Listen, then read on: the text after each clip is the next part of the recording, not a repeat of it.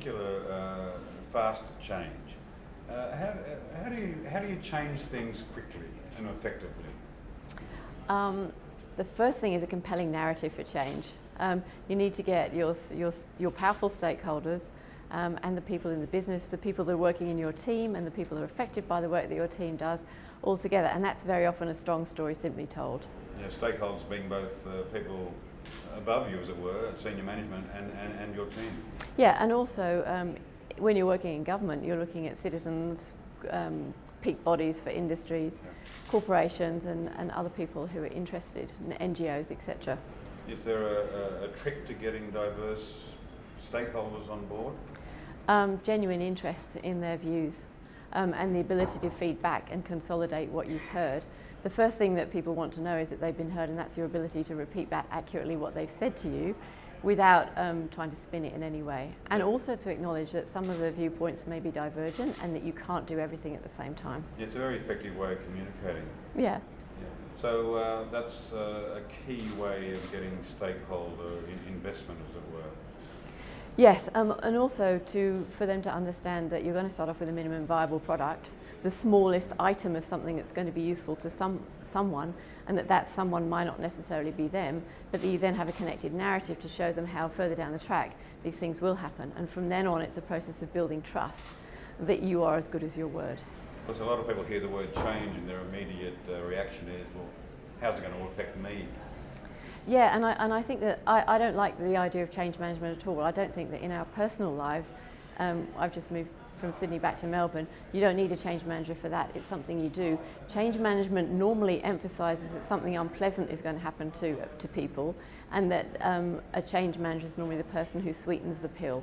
And I think that's very reductive, because teams and functions can tell when something is not working correctly, and they know what it needs to unblock intuitively without being told by others how to do it.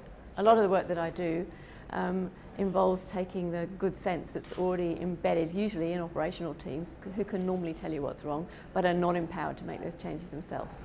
So we should get rid of the term change management and banish it from the lexicon. Forever, in any context.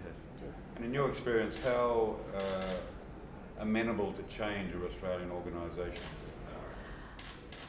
It depends. So quite often, before I started working with digital, I was doing a lot of operational remediations, and very often the brief would be come in and do that thing you do, and that thing you do was normally listening to the teams and understanding what the blockers were. I suppose that now that I'm doing more digital work, that's happening at a meta level. And you find that teams, functions, and organisations are extremely amenable to change if it makes sense to them. It's that logical disconnect which says, why are we doing this? We know it's not going to make a difference, or it's not going to make a positive difference. And that's where you get the blockages. And then outside the places where you're trying to do change, it's what Paul refers to as the square of despair, which is it's really difficult for us to make the things we need to happen. I speak to CPOs, Chief Procurement Officers, quite a lot, and one of them was saying the business can't wait 6 months for us to do a request for tender process. They simply can't wait that long. How can we work in a very different way that supports the need of business to run faster, or the need of finance to pass a business case that doesn't happen once a year? And there are all sorts of ways in which you can change your functions to respond to those needs. You've done work in government and in private industry. Are there any essential differences between the change process in public and private enterprise? The political cycle is really important in government. When things go into caretaker, or it's between governments, or it's towards the end of a year, things don't change that much.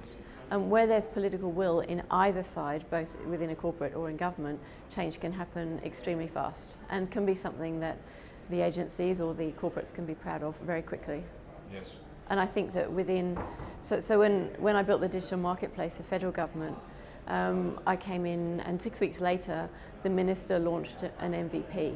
And that part of that was due to collaboration with governments overseas. 6 weeks? 6 weeks, yeah.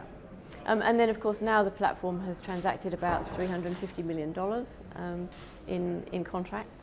and has been very successful.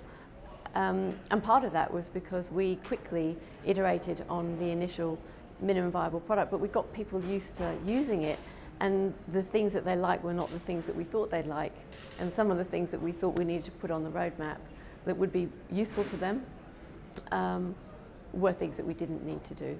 And then, of course, data chat ops, and your ability to communicate regularly with both sides of your marketplace and your other users are the things that make a critical difference to that kind of success. Catherine, thanks for talking with us today. Thank you very much.